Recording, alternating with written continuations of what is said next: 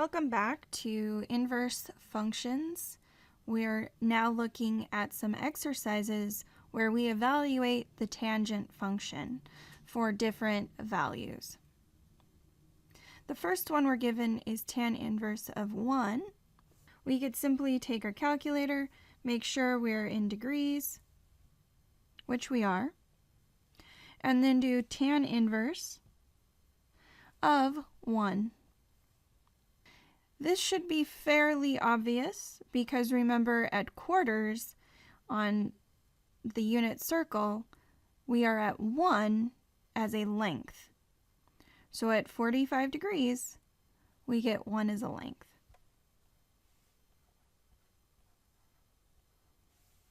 We could also think of this as tangent of theta is equal to 1.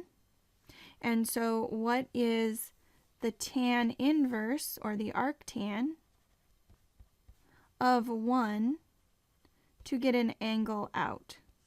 So we get theta is equal to 45 degrees, which is also equal to pi over 4 in radians. Now we have tan inverse of 30. Notice that the output for this is 88.09, or we'll just round it to 88.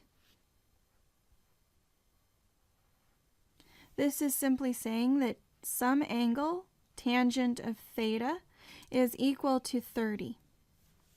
Now I take the arctan of both sides,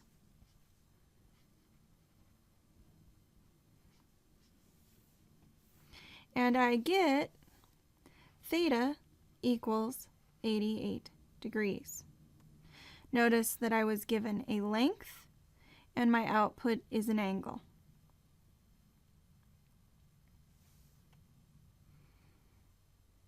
For our next example, we have arctan of negative root 3 over 3.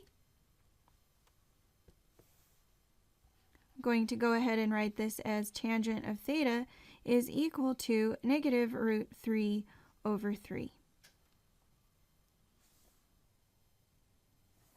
What this is saying is that we need to figure out the angle for which we get negative root 3 over 3. Recall that an angle of theta equals negative pi over 6 radians will give us a tangent of negative pi over 6 equal to 1 over the square root of 3, and it is negative. So let's take what we know from kind of going back one step and imposing the arctan on both sides of this equation. That will give us a theta on the left, and we know that the inverse tangent of negative root 3 over 3, which remember, if we rationalize this, we'll get root 3 over root 3 multiplied, and that will give us a negative root 3 over 3. So we know that theta is going to be negative pi over 6 radians, which means that the arctan of negative root 3 over 3 is equal to negative pi over 6, which is in the interval that is approved for the inverse tangent. Now let's look at arctan of sine of 11 pi over 4. Let's take a look at the unit circle. There's 8 pi over 4. And then 3 more will give us 11 pi over 4. We have a reference angle that is equal to pi over 4. And we have a coterminal angle of 3 pi over 4. If we look at the sine function, that interval goes from negative pi over 2 to pi over 2, so we can't use that. But we could use pi over 4 because remember, for sine, we're looking at how high it goes. So if y is what we're looking for, the height, sine of 11 pi over 4, we can use the reference angle, which is pi over 4. Sine of pi over 4 gives me root 2 over 2. So in effect, we are trying to find tan inverse of root 2 over 2. I've now set my calculator in degree mode. Make sure you put your calculator in degree mode for this. And I've checked to see what the tan inverse of root 2 over 2 is in degrees. And if we round it to whole degrees, it's 35 degrees.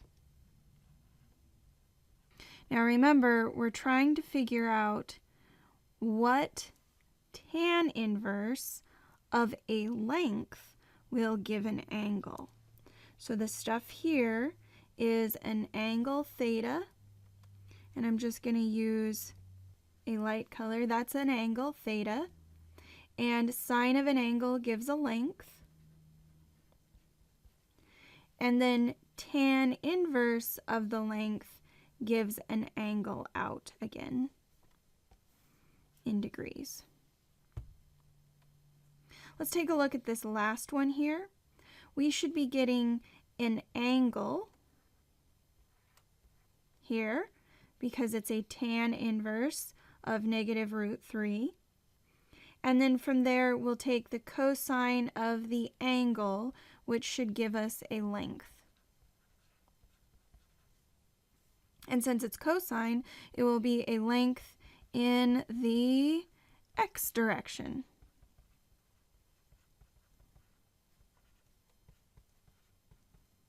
Okay, so these are the things you need to be thinking about as you work through these questions. So let's take a look at what the inverse tangent or arctangent of negative root 3 is. So I'm going to put root 3 here, and then I'm just going to delete the rest of this. So this is a 60-degree angle. Hopefully you were able to recognize that without using your calculator.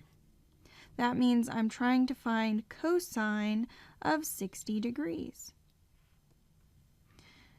If you need to sketch a quick graph on the unit circle, 60 degrees is about here. And that means that my x-coordinate is going to be 1/2. And notice that this 1/2 is a length in positive x direction, just like I thought.